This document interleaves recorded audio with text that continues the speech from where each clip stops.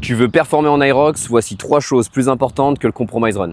Première chose, bâtir de la force. Entre deux profils, celui qui squatterait une seule fois son poids de corps et celui qui squatterait 2 fois son poids de corps en 1 RM back squat, je te laisse deviner lequel des deux sera le plus à l'aise pour faire les séries de wall ball les plus longues possibles, les lunges, celui qui bougera les sleds le plus facilement possible et tout ça à moindre coût.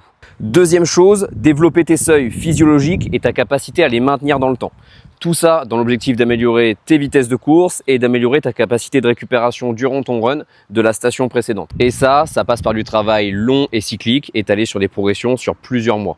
On peut utiliser des modalités comme la course à pied qui est très spécifique à l'Aerox mais qu'on doit limiter au niveau hebdomadaire à cause des impacts générés par la course. On a à l'inverse le vélo qui nous permet de rajouter un volume très important sans cette contrainte d'impact. Et on a également le rameur qui lui aussi est spécifique à l'Aerox, qui génère aussi des adaptations sur le haut du corps. Mais c'est la modalité la moins cyclique des trois et rien que pour ça, on ne peut pas faire que ça. Troisième chose, travailler ton efficience sur les stations. Et ça va passer par 2 principes. Le premier, c'est travailler ta technique sur chacun des exercices, ta façon de tirer le sled, ta façon de skier, de ramer, de faire les wall balls.